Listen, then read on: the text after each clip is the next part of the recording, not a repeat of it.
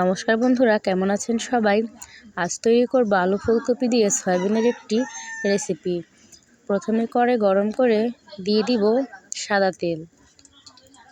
এখানে আমি একটা মশলা বেটে রাখবো, তো সেই জন্যই প্রথমে দিয়ে দিয়েছি গোটা শুকনো লঙ্কা আর দিয়ে দিব গোটা জিরে।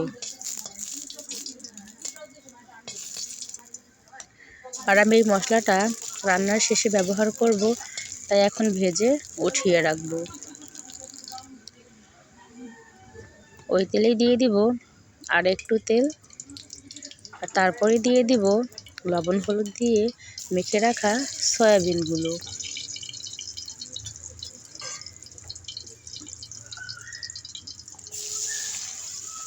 সয়াবিনগুলো দিয়ে আমি ভালো করে ভেজে নিব।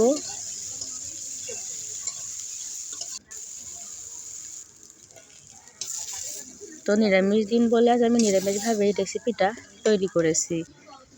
তার সয়াবিন ভেজে তুলে নিয়েছি। এখন আবারও কড়াইতে দিয়ে দিব পরিমাণ মতো তেল, দিয়ে দিব একটা শুকনো মরিচ, এলাচ, দারচিনি, লবঙ্গ, আর দিয়ে দিব গোটা জিরে ফোড়ন। এখন সবগুলো উপকরণ আমি একটু ভেজে নেব। তো ফোড়নটা ভেজে নেওয়ার পর আমি দিয়ে দিব সে কেটে রাখা ধুয়ে রাখা আলু ফুলকপি।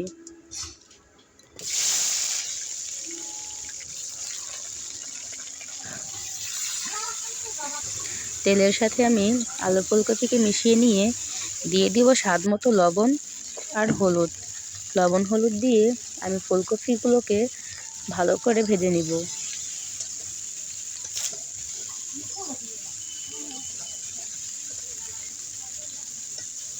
আর আজকের রান্নাটা হবে সাদামাটা রান্না।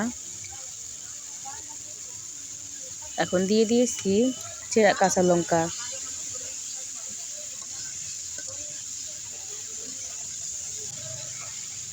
আলু ফুলকপিটা মোটামুটি ভাজা হয়ে গেছে। এখন দিয়ে দিব একটা কেটে রাখা টমেটো। আর আমি কিন্তু সব রান্নাতে টমেটো ব্যবহার করতে খুবই পছন্দ করি, কারণ শীতের সিজনে টমেটো দিয়ে তরকারি রান্না করলে তরকারির স্বাদটা কিন্তু একটু আলাদা রকমের হয়ে থাকে। আমার আলু ফুলকপি ভাজা হয়ে গেছে। আর এখন আমি এ পর্যায়ে দিয়ে দিব পরিমাণ মতো জল।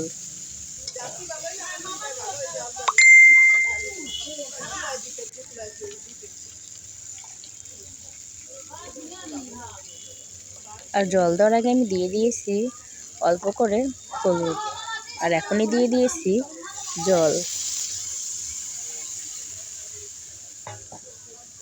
আর জল দিয়ে এখন আমি এটাকে ভালো করে জাল করে নিব আর ফুটিয়ে আসা পর্যন্ত অপেক্ষা করব।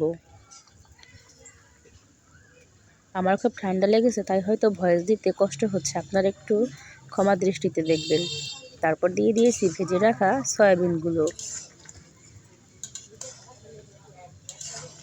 এখন আলু সয়াবিনের ফুলকপি আরও কিছুক্ষণ জাল করে নিব। তো কিছুক্ষণ পর দিয়ে দিয়েছি সেই জিরে আর শুকনো লঙ্কা বাটা। আর আমার রান্না কিন্তু প্রায় শেষের দিকে। আর এখন দিয়ে দিব গরম মশলা বাটা। তো আজকের রান্নাটা কিন্তু একদমই সহজ, সাদামাটা রান্না করেছি। আপনারা কিন্তু নিরামিষ দিনে বাড়িতে এভাবে হালকা পাতলা রান্না করে খেতে পারেন। তো আমার রান্নাগুলো কেমন লাগলো অবশ্যই কিন্তু জানাবেন। আর অবশ্যই নতুন হলে চ্যানেলে সাবস্ক্রাইব করে পাশে থাকবেন। ধন্যবাদ সবাইকে।